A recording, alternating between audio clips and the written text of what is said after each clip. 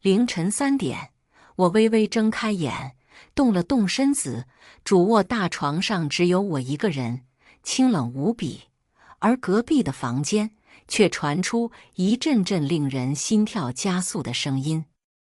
我的老公傅凯文正和他乡下来的同学纠缠在一起。大家好，开始今天的分享之前，希望你能给人间烟火点个订阅，我将会分享更多优质的内容。3个月前，老公的同学杨艳艳从老家来市里找工作，因为没学历、没技术、没经验，到处碰钉子后找上了老公，求我们收留她，愿意无偿当我们保姆，只要肯给她一个房间住就行。我本不同意，可经不住老公的软磨硬泡，勉强答应了。谁知竟是引狼入室。一开始，杨艳艳表现很好，做饭、打扫卫生、洗衣服，手脚勤快，干活麻利，对我也是毕恭毕敬，嫂子长嫂子短的。忙碌了一天的工作，回来有这么一个人干家务，也确实省心不少。上周二，家里的公司要和香港企业谈合作，老爸派了我去。谈判出乎意料的顺利，原本定的周一返程，提前1天变成了周天。我兴奋地回家，想象着老公看到我惊喜的模样。我和老公傅凯文大学相遇，一见倾心，坠入爱河，毕业便走入了婚姻殿堂。原本老爸并不同意我嫁给这个穷小子，认为两家差距实在太大，门不当户不对，以后吃亏的是我。奈何我一味坚持，加上傅凯文此人着实优秀，成绩斐然，能力突出，而且相貌堂堂，一表人才，这才答应我们结婚，并全款为我们买了婚房，婚礼一切费用也都是由老爸掏腰包。而老公家里分文未出，只有婆婆一人来参加了婚礼。彼时的我觉得友情饮水饱，别的都不重要。我高兴地按了一下指纹，滴的一声，门开了。只见老公和杨艳艳抱在一起，房间里一片狼藉。轰的一声，我的头炸了，愣在原地。看见我进来，两人也俱是一愣。首先反应过来的是杨艳艳，立刻起来，扑通一下跪在我面前。嫂子，都是我的错，不怪凯文，是我勾引他的，他只是喝醉了，把我当成了你，把你当成我，不看看你自己的样子，你也配？傅凯文，给我一个解释。转身进入主卧，老公急忙跟着过来。老婆，我只是喝多了，原谅我好吗？你的酒量一向很好，再说真的喝醉是不举的，你当我傻吗？此刻看到老公，我心里就泛起了恶心。老婆，我错了，就当我鬼迷心窍，猪油蒙心，我发誓再也不会了。让他马上滚，在我眼前消失，再也不许进这个家门。我气愤地说道。不要，嫂子，嫂子，你行行好，让我留下来吧。卧室门突然被打开，杨艳艳急忙跑进来。我自小父母双亡，跟着老家亲哥嫂生活，家里嫂子容不下我，冤枉我偷钱，硬是将我打了出来。我现在已经无家可归了，嫂子若是不留我，我只有一死了之。杨艳艳说着就要向旁边的墙撞去，被我老公一把抓住。老婆，艳艳真的是走投无路才来找我们的，真要撵她走，她怕是会走上绝路。老婆，你最善良了，再给她一次机会，让她留下来好吗？再说她在这里，我们俩都不用做家务，生活会更舒适。老公哀求地说着。看着杨艳艳跪在地上，哭得声泪俱下，我也怕他真会寻短见，到时候闹得不好收场，一时心软丢下一句好自为之，下不为例就走开了。接下来的几天，我总是感觉困困的，没有精神，每天晚上不到9点就会睡着，第二天早上还是感觉睡不醒。老公说我可能是前段时间出差累的，多休息几天就会好，让我不要胡思乱想。又是晚上，老婆，把牛奶喝了，燕燕刚给你温好的。好的，放那儿吧。突然，我脑子里灵光一现，不会是这每天必喝的牛奶有问题吧？趁老公不注意，我偷偷去主卧卫生间将牛奶倒掉，并告诉老公牛奶已经喝了，现在想睡觉了。好，老婆，你安心睡吧，我帮你关门。老公关上门就走了。我看了一眼手机，9点了，前几天这个时间已经睡着了，今天却没有睡意，看来牛奶真的有问题。这对狗男女竟然给我下安眠药。我躺在床上，怕老公突然进来，假装睡觉，却十分留意外面的动静。9点半，隔壁卧室开始有声音。凯文，他睡了吧？凯文，你这个媳妇竟然还想着不生孩子，做丁克，这样你们老傅家岂不是要绝后？真不知阿姨当初是怎么答应你们结婚的。阿姨说，本来我才应该是你们家儿媳妇，也只有我才知道你要什么，还说让我给你生个孩子，好让伯父在地底下安心。杨艳艳心有不甘，又莫名自豪地说道 ：“Excuse me， 这是什么鬼对话？”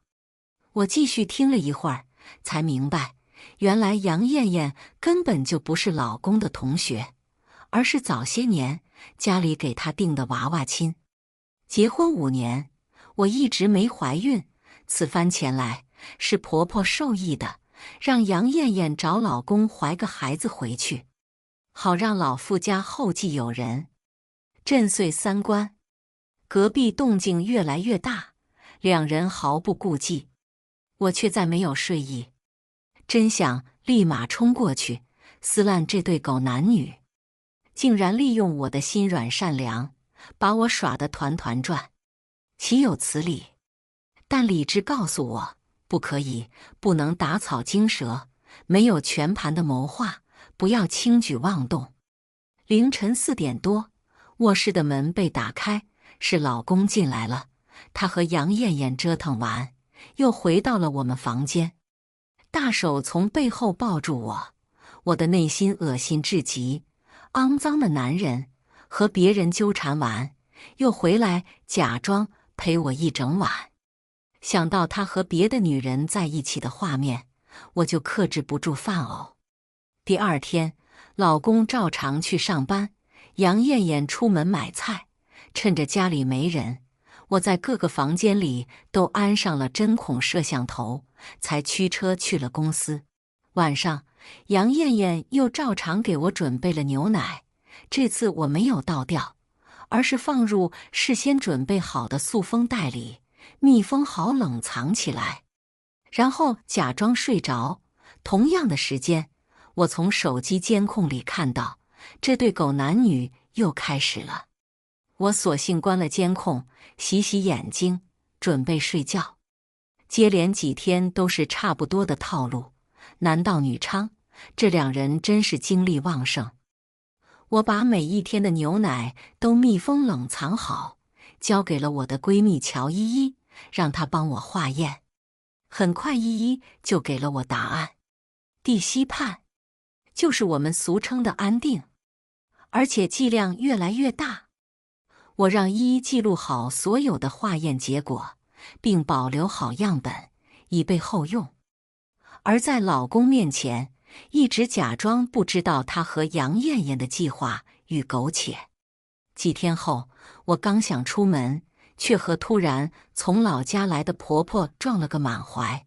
她一进门就拉着我的手说：“顾晴，妈看你怎么瘦了，是不是凯文那小子欺负你了？尽管和妈说，我替你收拾他。”婆婆一副通情达理的慈母样子，要不是我知道了他们的计划，真的会很感动。婆婆张玉兰是一名乡村老师，公公在傅凯文7岁那年突发疾病去世，婆婆此后未再结婚，独自一人将傅凯文抚养长大，吃了很多苦。妈，你怎么突然来了？凯文他对我很好，还找了个保姆料理家务。我违心地夸赞着。当说到保姆2字时，我明显地看到婆婆眼中有一丝慌乱闪过。那就好，妈年纪大了，想你们就来了，只要你们俩和和美美的，快点让我抱上大孙子，我心里就踏实了。婆婆装模作样地摸了2下自己的胸口。放心吧，妈，时间不早了，我该去上班了。午饭你和燕燕吃吧，公司有事我就不回来了。看着她虚伪的面孔，听着这些伪善的话语，我的隔夜饭都要吐出来了，找个借口赶紧出来。另一个原因是为了给她制造和杨艳艳独处的机会，看他们又在憋什么坏。我到了公司，一进自己办公室就赶快打开手机监控。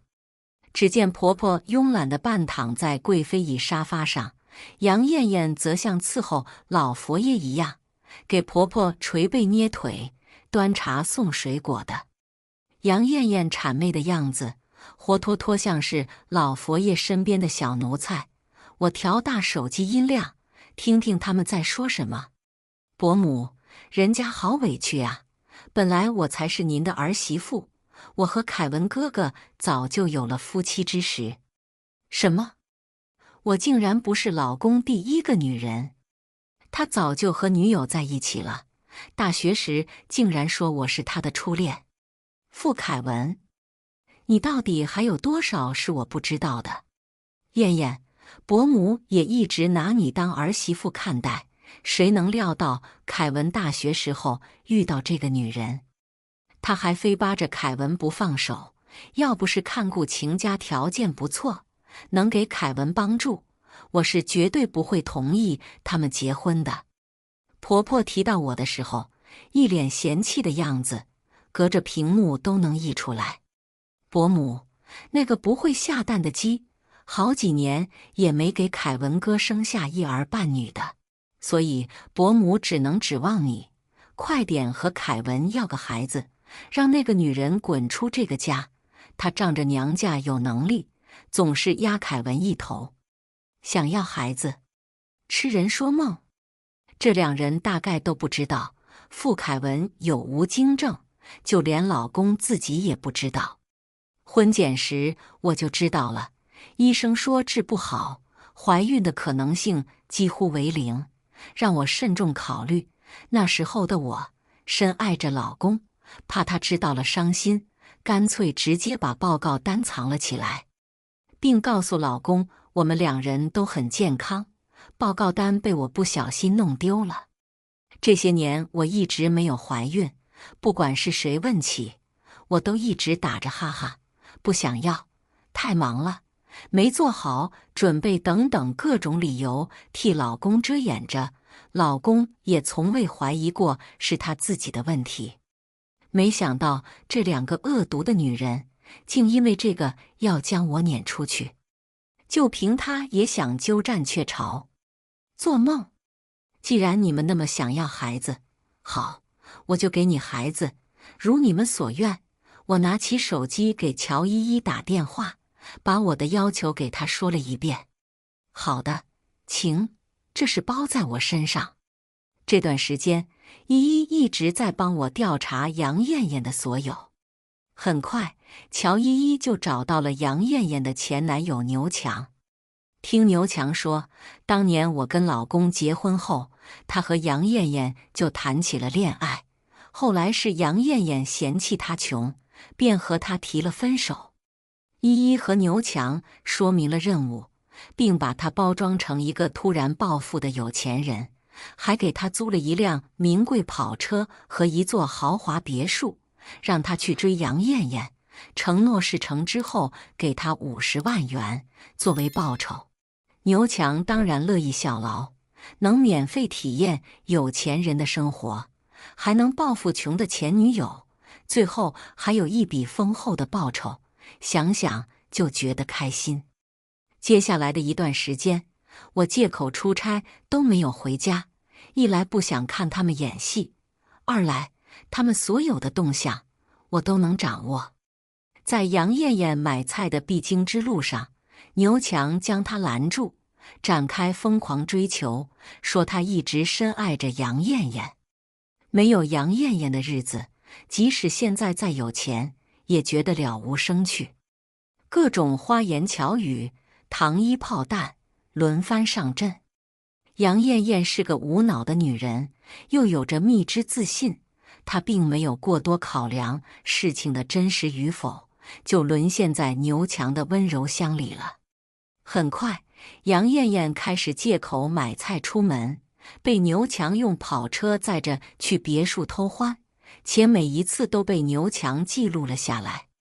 突然一天，杨艳艳拿着2条杠的验孕棒，兴奋地在牛强面前晃悠：“强哥，人家怀了你的孩子，快点娶我好不好？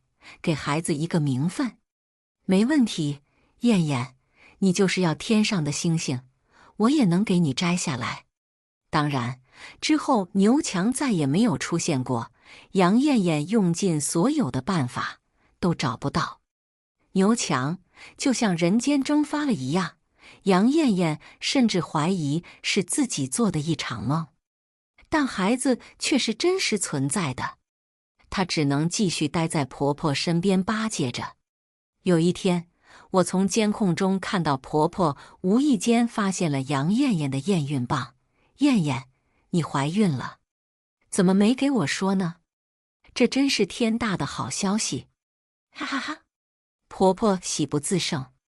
杨艳艳一脸苦笑，借坡下驴道：“是的，伯母，还没来得及和您说，想给您个惊喜呢。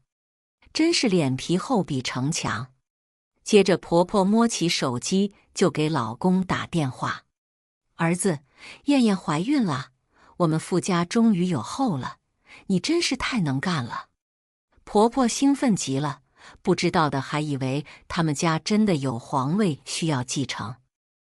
我在监控里听不到老公在电话里说的什么，但是不一会就看见老公出现在客厅里，这时专门从公司赶了回去。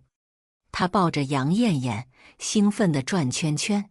“冤大头，你就乐吧，有你哭的时候。”听到杨艳艳怀孕的消息，很快老公就给我拨打了电话：“顾晴，我们离婚吧，艳艳怀了我的孩子，我不能让她没有名分。”刚才在监控里看到老公有多高兴喜悦，这会就有多冷酷无情。虽然早有心理准备，但我还是被老公这个态度伤到。“老公，你不是说那次你是喝醉了吗？你不是保证再也不会了吗？你们竟然又搞到一起，还有了孩子，你怎么能这么对我？我们恩爱多年，我家里也一直帮你，为什么对我这么残忍？”我半真半假地控诉着。“不要说了，艳艳爱我，也愿意给我生孩子，不像你这么多年一直怀不上。还有我在你家人面前总有种仰人鼻息的感觉，我受够了。我是个男人，需要被尊敬、被仰视、被人需要。我们傅家3代单传，这个孩子一定要有名有分。你快回来，我们把离婚办了，别耽误我儿子认祖归宗。”说完就无情地挂掉电话。“傅凯文，你婚内出轨，离婚还得让我乖乖回去配合你。想得美，你是真把自己当大爷了。我就是不回去，你能把我怎么样？接连几天，我都没有回去。傅凯文急了，找到公司来，一进门就扔给我一份离婚协议。这是你的离婚协议，家里所有的动产不动产，你我一人一半，从此一拍两散，再无瓜葛。傅凯文态度冷漠，完全没有一点夫妻情分。傅凯文，我想你是忘了，房子是我爸在我们婚前全款买的，这属于我的个人财产，你是分不到一丁点的。傅凯文气得脸通红，却找不到合适的理由反驳，只能吃瘪咽了回去。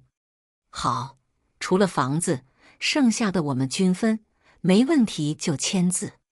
傅凯文说着，从公文包里拿出了另一份的协议。原来第一份协议是用来诈我的，就想着我不研究法律，任他糊弄。这就是我爱了多年的男人，当初真是瞎了眼。傅凯文，你婚内出轨，还和小三有了孩子，我本该让你净身出户，但是你也知道，一来我不想与你这个恶心的男人纠缠，二是本小姐我不差那点钱，就当是喂了狗了。我拿过协议，大笔一挥，随手就签上了字。哈，傅凯文，你的好日子到头了。我和老公正式办理完离婚后，开始启动我的下一步计划。但是还不到发作的时候，我在等一个契机，让老公身败名裂，多年努力尽毁。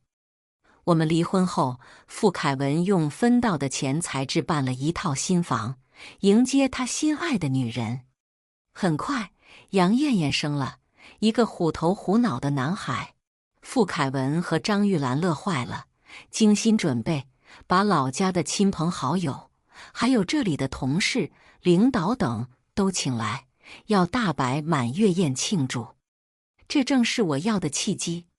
所有的事情都准备就绪，就等这一天了。满月宴设在锦江之星，本是最豪华的酒店。傅凯文也真是下血本，还包了最大的一个厅，各种鲜花、蛋糕、气球、漂亮装饰等等堆砌了一屋子。大屏幕上还循环播放着他们一家三口的温馨照片，气氛烘托得非常到位，在宾客面前赚足了面子。杨艳艳也沉浸在这美好之中。突然大屏幕一阵黑屏，人们开始诧异，问怎么回事。傅凯文站在屏幕前方解释道，可能线路有点问题。大家话还没说完，只见大屏幕上开始播放着牛强和杨艳艳的画面。看到这一幕，杨艳艳尖叫一声，疯了一般的想冲上台，却被我早就已经准备好的保安拦住了。我就是要让所有人都看到她的真面目，让所有人都知道小三的下场不会好。全场宾客一片哗然。傅凯文一看脸都紫了，刚想解释什么，画面又被切换了，是杨艳艳说怀了牛强的孩子，让牛强娶她的一段视频。看到这个，傅凯文惊地下巴都要掉了。他这才明白，自己被戴了绿帽子，而孩子根本不是自己的，他就是个冤大头，替别人养儿子。还没从这个震惊和羞耻中反应过来，大屏幕上又变了，是关于牛奶被添加安定的检验报告，受害者是傅凯文前妻，而施害者是谁？满堂宾客议论纷纷，矛头都指向傅凯文和杨艳艳。荒唐，荒唐！大家不要看了，都是假的，假的！傅凯文开始歇斯底里，语无伦次。还没喊叫完，屏幕上的信息又换了。这次是一组数据，显示傅凯文在公司挪用公款、职务侵占、泄露公司机密等各种行为的调查结果。大厅里的宾客讨论声都快沸腾了。这一群来吃席的变成一群来吃瓜的。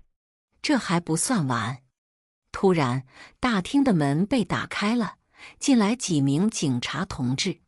傅凯文、杨艳艳，我们接到举报，你们2人涉嫌参与多项违法违纪活动，请你们2位配合我们调查。此时的杨艳艳早已吓得不成人样，就这样他们2人被带走了，只剩下满屋子的吃瓜群众，以及跪拜地像疯子似的钱婆婆张玉兰。我总算舒了一口气，尘埃落定，终于让恶人受到该有的惩罚。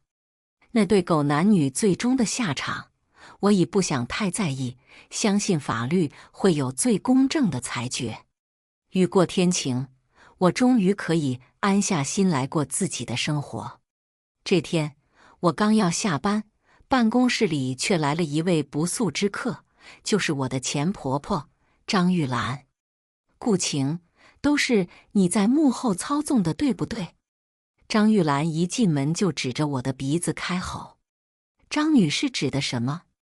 我身体后仰，舒服地倚在豪华的办公椅上，云淡风轻地问出口。我儿子如今已经身败名裂，一无所有了，这一切都是你在背后搞鬼，是不是？满月宴上那些视频都是你放的。张玉兰看得越说越气，手指不停地哆嗦。要不是我，你们还在替牛强养儿子呢，哈哈，真可笑，被人卖了还帮人数钱，你们娘俩不应该感谢我吗？我摆出一副做了好事却不得理解的苦恼表情。对了，忘了告诉你，你的宝贝儿子傅凯文有无精症，是根本不可能让人受孕的。我又补一刀。你胡说，我儿子这么健康，怎么会有无精症？你这个不会下蛋的鸡，自己怀不上，还怨男人，你这个毒妇！张玉兰已经快要抓狂了。我不紧不慢地从抽屉里拿出婚检报告，摆在钱婆婆面前。张玉兰毫无素质地一把将报告夺过去。怎么会这样？凯文一直很健康，怎么会是无精症？张玉兰一脸不相信的样子。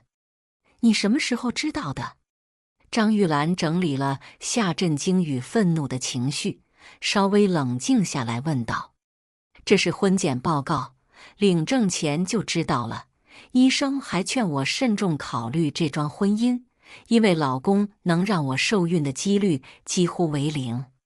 我悠悠地说道：那时候我深爱着傅凯文，哪怕一辈子没有孩子，也要嫁给他，还怕他知道了伤心，自己偷偷把报告藏了起来。